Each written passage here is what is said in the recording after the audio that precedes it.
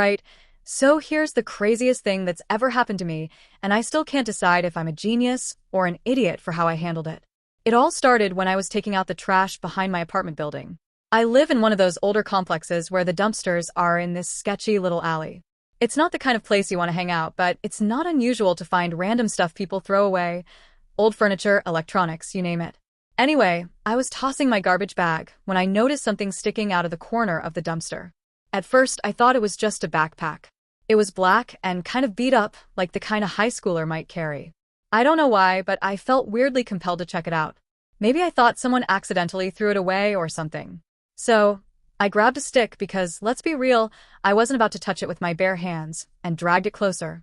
When I opened it, my heart almost stopped. Inside were stacks of cash.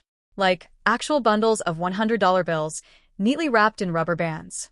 I just stood there for a second, staring at it like an idiot, because my brain couldn't process what I was seeing. Was this real? Was I being pranked? Who just leaves a bag of money in a dumpster? I looked around to make sure no one was watching, then grabbed the bag and bolted back to my apartment. My hands were shaking as I dumped the contents onto my kitchen table. I started counting, and by the time I was done, I realized there was over $10,000 in cash sitting in front of me. $10,000.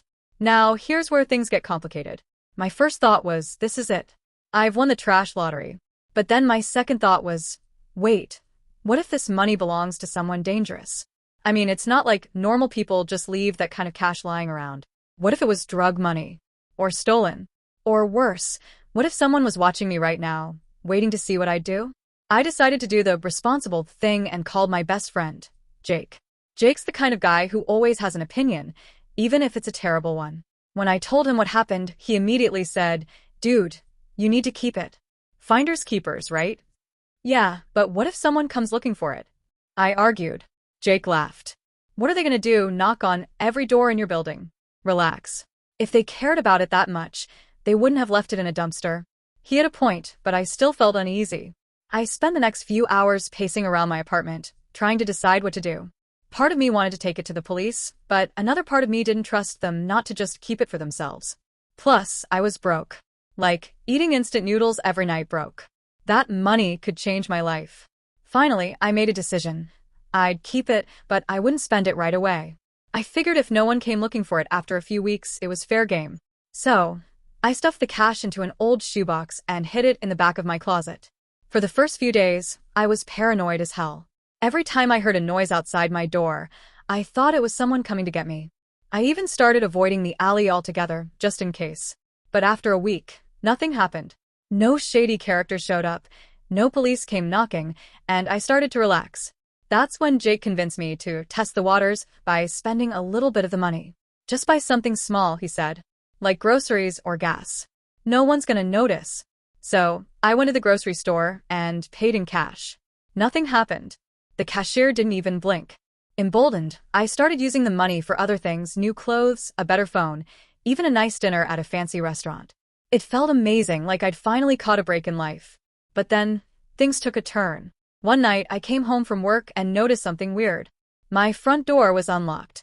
I was 100% sure I'd locked it that morning, but now it was slightly ajar. My stomach dropped. I pushed the door open slowly and found my apartment completely trashed.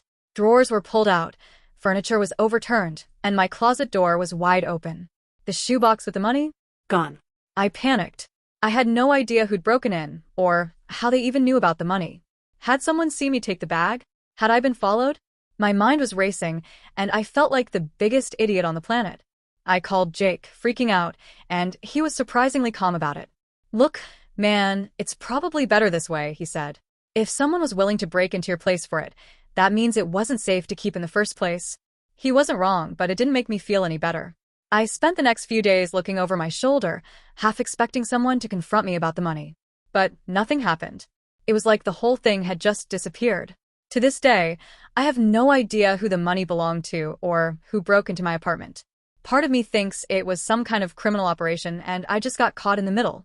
Another part of me wonders if it was all a test, like one of those social experiments where they see what people do when they find a bag of cash. Either way, I learned my lesson. If something seems too good to be true, it probably is. So yeah, that's the story of how I found $10,000 in a dumpster and lost it just as quickly. And now, every time I take out the trash, I can't help but wonder what might be lurking in there, but I'm definitely not going to check.